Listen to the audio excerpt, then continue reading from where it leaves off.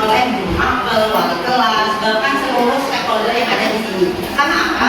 Mengingat anak-anak sekarang dengan permasalahan yang luar biasa, tidak seperti zaman kita sekolah dulu. Sekolah dulu dimarahin guru, lapor orang tua, dimarahin orang tua lagi nggak? Dimarahin kan? Kalau sekarang ketika kita bersikap kurang sopan atau ketika kita lupa ambil yang lain tangan, itu justru selamanya kita lagi orang tua yang terima, menuntut keadilan, menuntut segala macam.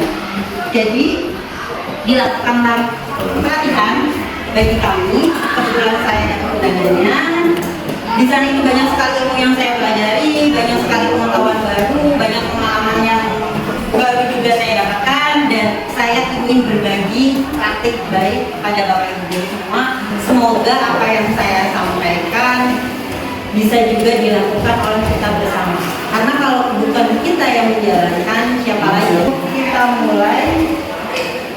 Jurus pertama itu ada kenali potensi, kedua kelola emosi, ketiga tumbuhkan resiliensi, keempat jaga konsistensi, kelima jalin koneksi, keenam bangun kolaborasi, dan ketujuh menata situasi. Saya mohon untuk berdiri, kita nyanyi bareng-bareng. Yes, dulu sejarah bukan di situ. Kamar sekian gaza.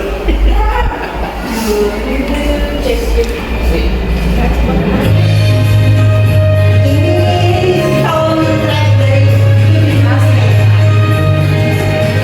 boleh sambil tangan, boleh gerakannya. Tunggu bersama guru yang hebat,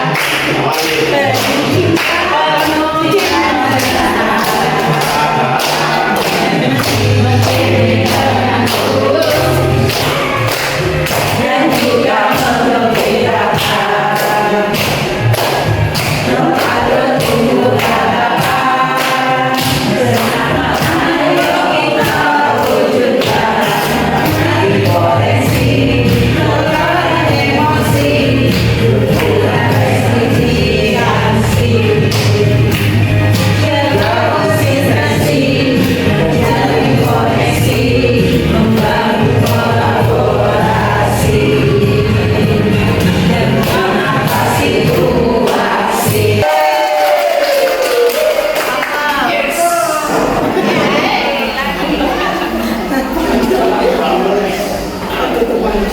Jurus satu, mengenali potensi.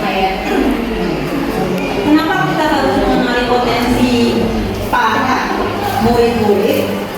Agar kita mampu membantu murid untuk mengembangkan potensi yang ada dalam dirinya. Ketika pembelajaran, itu sebenarnya ada 3 gaya belajar yang dimiliki oleh para siswa atau para murid-murid kita. Yang pertama itu gaya belajar auditori. Karena auditori otomatis menggunakan indera pendengar. Mungkin kita kadang tidak menyadari ada anak yang kok dikasihnya visual aja ya, kok dikasihnya kinestetik, sedangkan auditori tidak diperhatikan. Anak dengan gaya belajar auditori tidak akan bisa masuk pembelajarannya jika diberikan dengan visual atau kinestetik. Begitu juga sebaliknya, kalau anak dengan visual dikasihnya cuma auditori, tidak akan bisa. Kinestetik pun sama. Jika anak sukanya praktek, dikasihnya cuma melihat dan mendengarkan, tidak akan jalan. Maka dalam pelatihan di sana kita dimintain Bapak ketika memberikan pembelajaran di kelas harus menggunakan 3 gaya belajar itu. Kembali ke jurus kedua. Jurus kedua, kelola emosi. Ini yang sering kita lupa. Kalau pas anak berantem, tiba-tiba sudah dimarahin dulu tanpa dicari tahu kenapa, ada apa, hanya mendengar dari satu sisi si korban yang nangis. Biasanya kan begitu. Di sana kita diajari untuk mencoba mencari tahu penyebabnya dulu. Jangan melihat dari satu sisi, jangan melihat hanya dari si korban yang nangis aja, belum tentu dia korban. Kalau memang ketika ada masalah, kitanya sendiri sedang tidak baik-baik saja, mengingat di sini jamnya full sekali, kadang kita juga sudah merasa capek, bisa ditunda dulu, dibawa dulu anaknya ke ruangan yang tenang, kita tenangkan diri dulu, biarkan anak juga menenangkan diri. Setelah kita sudah tenang, ditanya baik-baik, kenapa, tadi ada apa? Kalau dua orang sudah berbicara, ternyata mereka saling membela diri, tidak ketemu jalan tengah, kita bisa tanya saksi di kelas. Sebenarnya tadi kenapa? Jangan sampai kita menghakimi siswa yang sebenarnya tidak bersalah. Kenapa kelolaan emosi penting untuk kita miliki? Agar kita mampu terampil menerapkan bimbingan kelas. Untuk jurus yang ketiga itu tumbuhkan resiliensi. Bagaimana cara kita untuk membangkitkan anak yang merasa putus asa? Bagaimana cara kita untuk bisa mengembalikan kepercayaan diri anak-anak? Karena mungkin kalau Bapak Ibu guru sering melihat berita, banyak sekali kasus anak bunuh diri hanya karena hal sepele. Contohnya dibully temannya, tidak bisa menceritakan ke orang tua, tidak bisa menceritakan ke guru karena takut. Akhirnya dia pendam sendiri, lama-kelamaan sudah tidak mampu, bunuh diri dengan minum racun atau dengan zat kimia yang berbahaya. Setelah pulang dari sana, saya coba ngobrol dengan beberapa siswa. Banyak anak-anak kita ternyata yang tidak mendapatkan cinta kasih sayang dari orang tua. Orang tua lebih banyak menuntut, kamu tuh harus dapat peringkat 1, kamu tuh harus bisa juara, kamu tuh harus bisa ini, bisa itu. Itu jadi beban tersendiri bagi. Jadi di sini tugas kita adalah bagaimana caranya biar kebiasaan negatif itu hilang, digantikan dengan kebiasaan positif. Bu, tujuannya apa? Kenapa resiliensi itu harus ditumbuhkan? Agar kita mampu untuk membantu murid membentuk growth mindset. Ada dua hal dalam diri kita sendiri. Ada growth mindset, ada juga fixed mindset. Misalnya ada soal matematika, susah buat ngerjain. Untuk anak dengan pemikiran yang tidak mau berkembang, saya nggak bisa, udahlah saya mau nyerah gitu.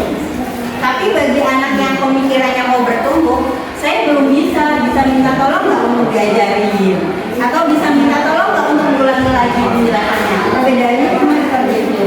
Tapi untuk menumbuhkannya pasti butuh proses yang panjang dan butuh kerjasama kita semua. Jurus yang keempat, jaga konsistensi.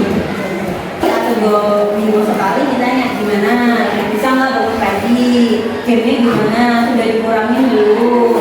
Terkadang anak-anak yang game di malam hari itu karena orang tuanya juga sibuk sendiri tanpa disadari. Kita di rumah udah capek, pengen hiburan kan, ada main handphone kan, anaknya diacurin, didiemin, gak diajak ngobrol, otomatis kita yang ajak main handphone, mereka akan main handphone. Kita yang udah capek main handphone, tidur, anak masih kuat untuk mainan sampai tengah malam. Ketika yang masih tidur, orang tua dihubungin malah menyalahkan pihak lain. Kenapa anak saya dipanggil banyak anak itu harus? Padahal kan bisa dikasih dulu, sedangkan permasalahannya ada di rumah. Jadi orang tua harus dijelaskan dulu, permasalahan seperti ini, anak ibu seperti ini. Dan kita bekerja sama, saya memanggil bukan untuk menyalahkan, tapi agar kita sama-sama tahu. Karena untuk berubah tidak hanya dibutuhkan dari guru, BK, guru mapel, wali kelas dan siswa itu sendiri. Tetap butuh orang tua sebagai harusnya madrasah pertama kan diaturi dengan peraturan yang ada di rumah. Diulas sendiri saja, mulai rokok, mulai minum, kebawa kebiasaan buruk dari rumah sekolah kan nggak bisa juga. Jadi kita butuh kerjasama yang baik. Bu, tujuannya untuk menjaga konsistensi gimana? Agar guru mampu mengembangkan kebiasaan karakter positif pada peserta didik atau pada guru yang dikembangkan berkelanjutan melalui pembiasaan karakter kayak yang sudah kita lakukan. Mungkin anak-anak banyak yang tidak terbiasa membaca juz amma di rumah. Nah, setiap pagi kita membiasakan itu. Tujuannya agar di rumah pun dia bisa membawa kebiasaan karakter yang kita latih di sini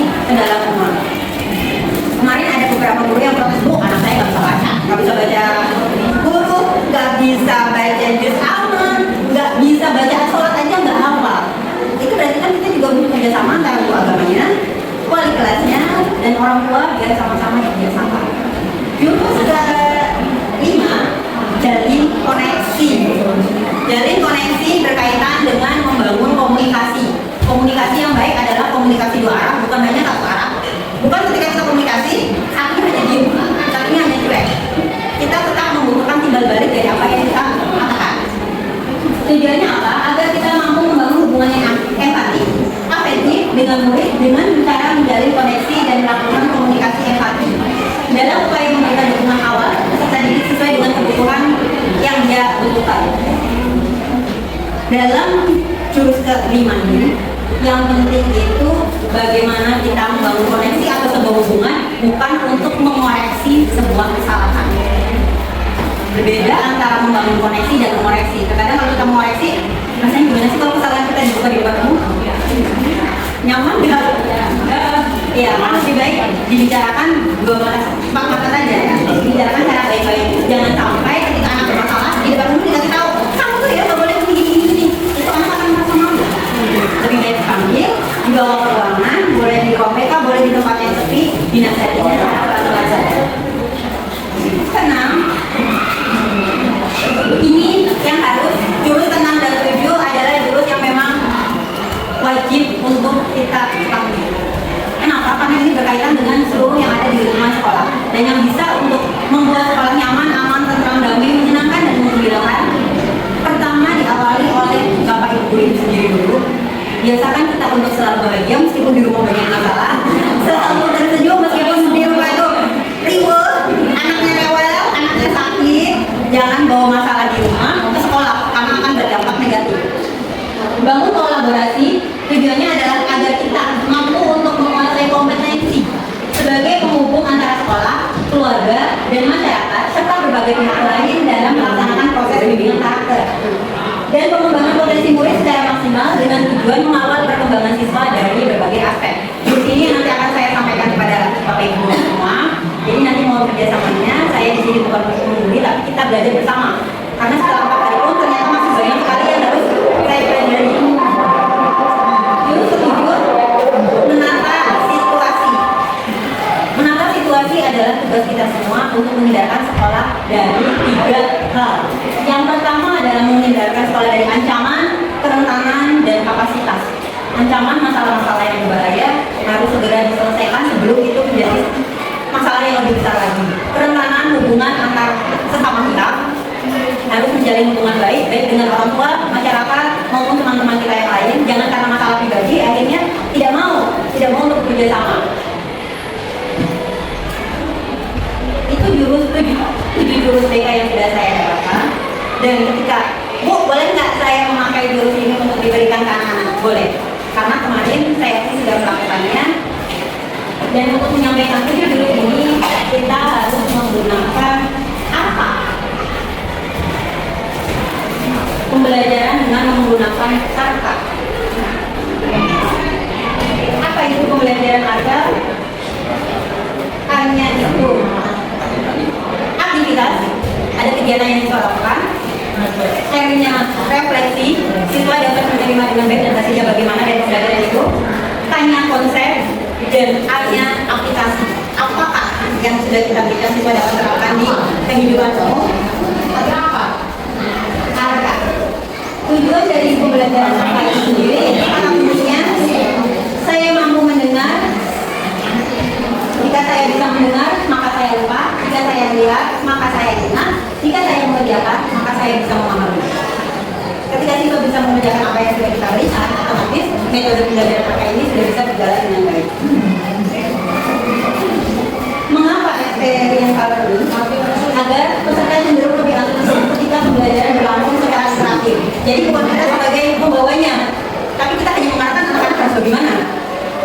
Terutama ketika topik yang disampaikan berkaitan dengan pengalaman. Oleh karena itu, sebagai guru penting untuk memiliki keterampilan mengajar yang berbasis pengalaman. Semakin banyak indera yang digunakan, maka semakin mudah materi tersebut diingat.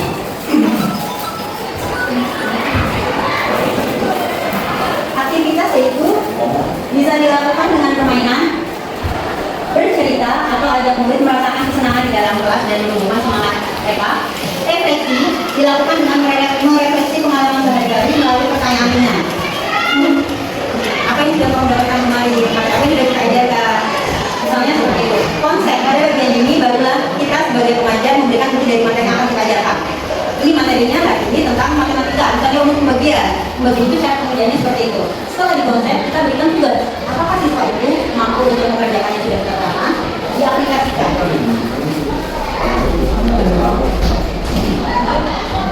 Ini yang kemarin sudah saya lakukan terhadap ketika kita ASTS. Pelajaran 1 saya lakukan setelah ASTS dengan metode ARPA.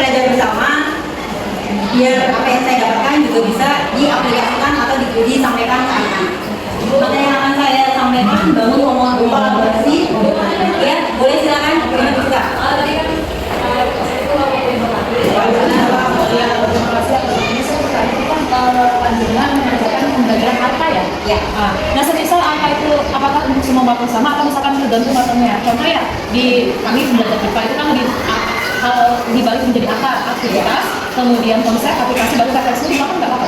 Apa-apa. Jelas. Yang penting ada 4 poin itu. Kalau boleh nggak urut tuh nggak apa-apa. Yang penting 4 poin itu masuk gitu. Kalau untuk kemarin yang saya dapatkan memang akar, bukan akar ya. Kemarin juga ada yang bertanya, Pak, boleh nggak kalau dibolak-balik kembali, tidak masalah asal ada 4 poin itu. Soalnya biasanya kan refleksi itu belum Iya, dibagi. cuma yang kemarin saya dapatkan memang refleksi kan di tengah refleksi baru aplikasinya. Kasih Bu. Iya, sama-sama.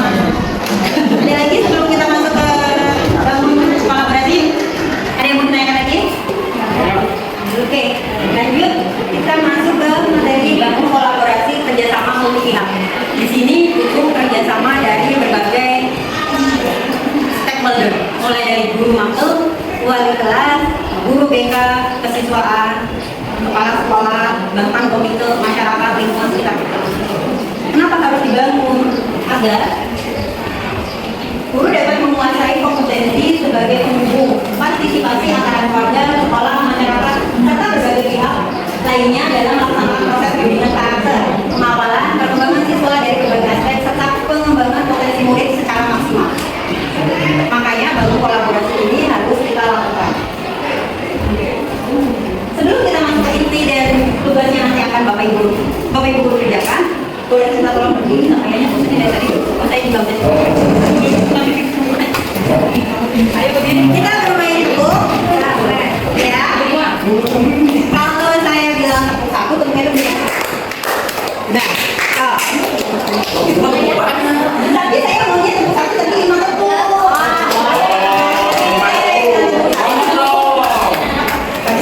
Kalau saya bilang tepuk satu, tepuknya 5 kali. Kalau tepuk dua 10. Kalau tepuk dua, tepuknya cukup 4 kali, tapi pegang bahu temennya, katakan hai. Sebelah kanan pegang bahu temennya.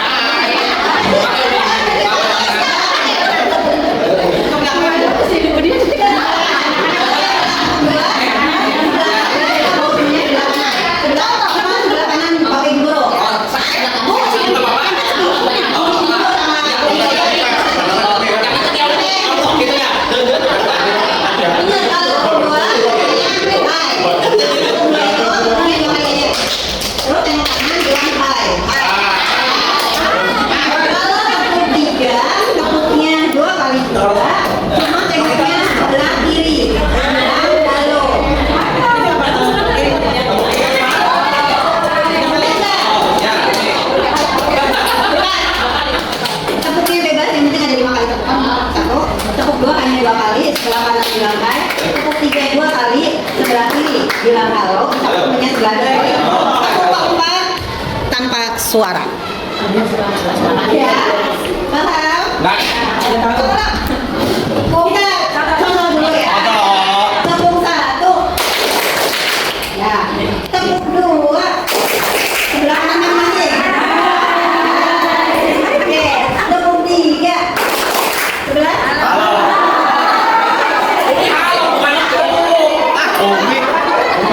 Tepuk 4. Tepuk 4.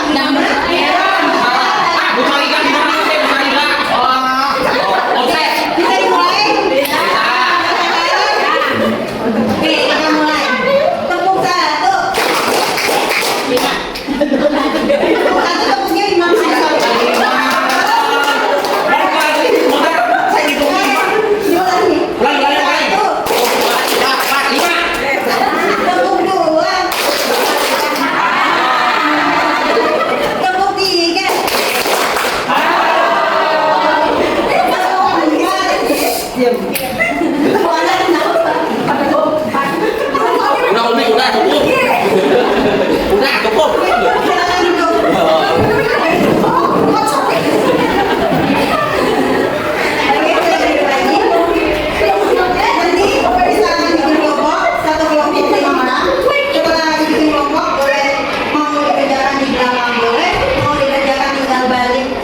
Boleh, bebas, mau dikerjakan di mana.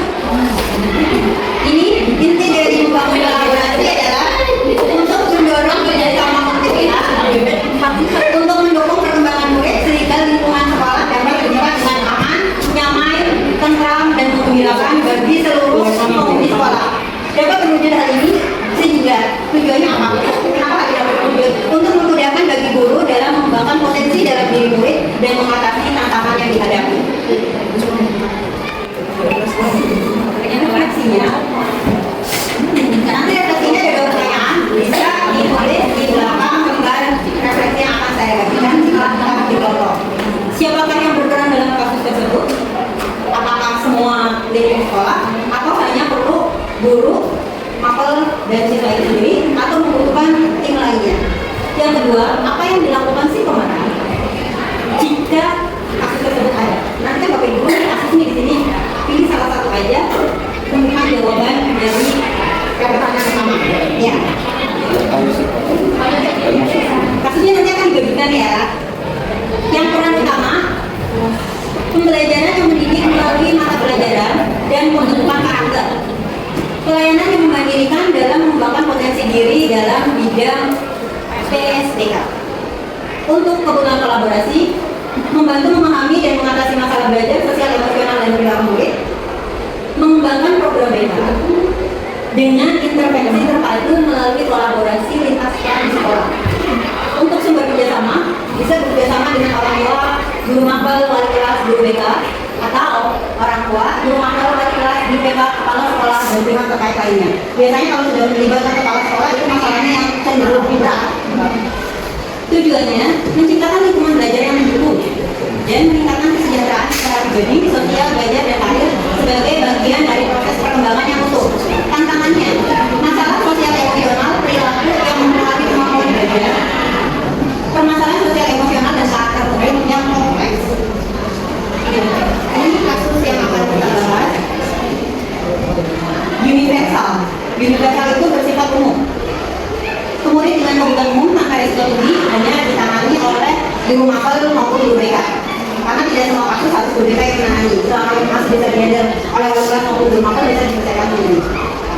Kalau kasus yang terarah, murid kesulitan yang mulai terlihat butuh dukungan tambahan, bisa ditangani oleh kepala sekolah, guru mapel, wali kelas, guru BK, dan orang tua.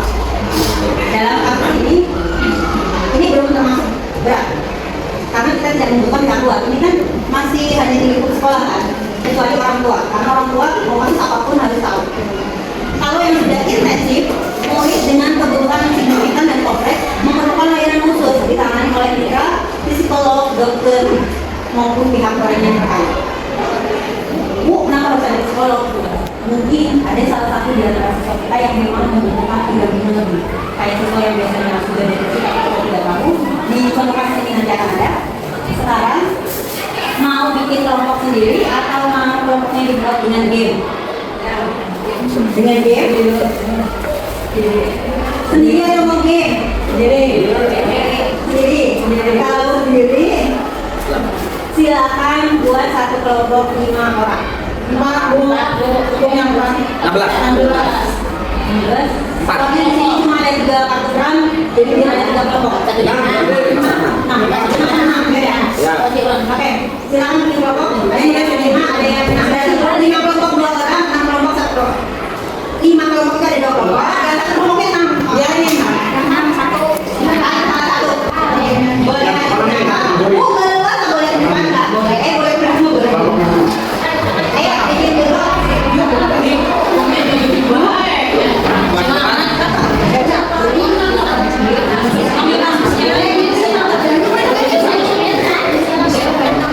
Benar.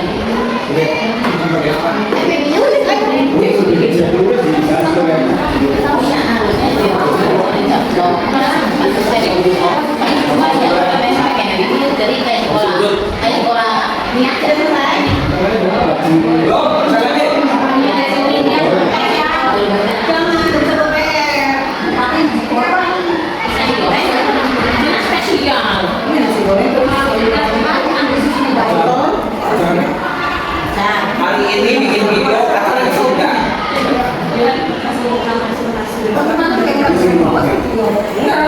Suruh bikin video dari Makassar. Iya.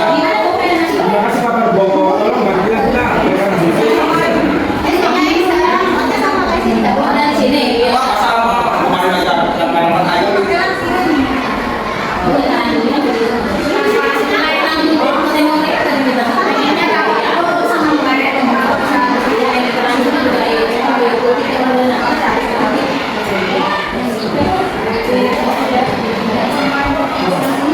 Biasa tinggal di atas meja. Wah, ada gue kayak game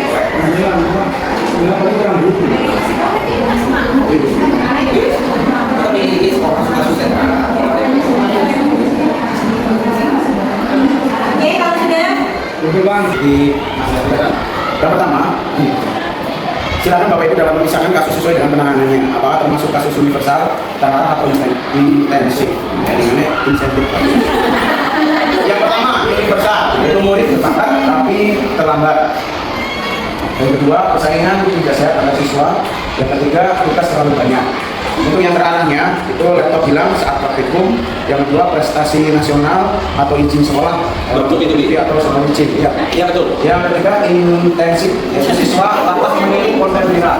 Ya, itu untuk mana yang kasus universal, terarah dan intensif. Selanjutnya, yang kedua, dari banyaknya contoh kasus dengan penanganan apakah yang banyak terjadi di sekolah. Sebutkan satu kasus saja dan solusi apa yang dapat dilakukan untuk memecahkan kasus tersebut. Kita mengambil yaitu murid merokok di sekolah. Kasus kemarin. Kasus kemarin. Apa solusinya? Yang pertama yaitu dari hakim dulu ya. Iya. Ya. Siapa yang berperan dalam kasus ini? Yaitu guru, wali kelas, guru BK, orang tua, dan anak didik sendiri. Yang pertama, jadi di sini kita tidak langsung memberikan hukuman, tapi kita memberikan sedikit arahan. Yang pertama yaitu pendekatan awal. Panggil siswa dengan pendekatan, bukan langsung menghukumnya. Yang tadi sudah disampaikan oleh narasumber kita.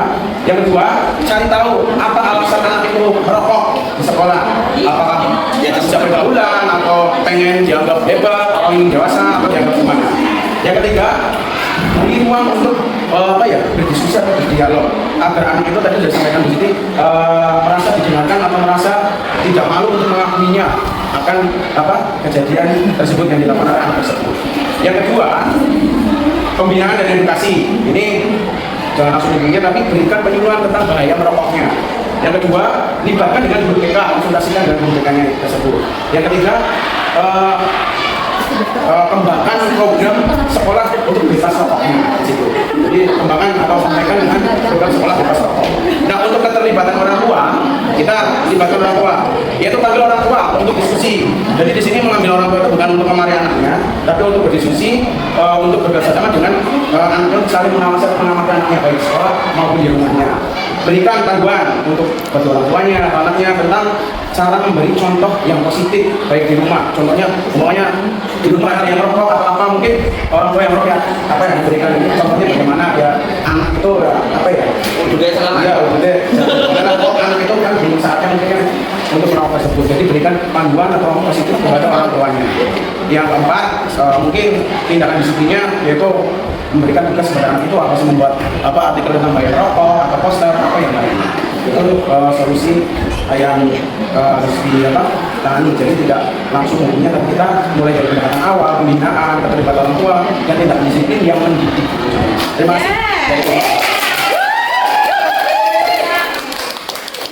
Oke, kelompok Mbak. Oke, bisa kita tolongin ke depan. Ada tremor tuh. Iya, ada tremor. Oke, mantri kayak. Assalamualaikum warahmatullahi wabarakatuh.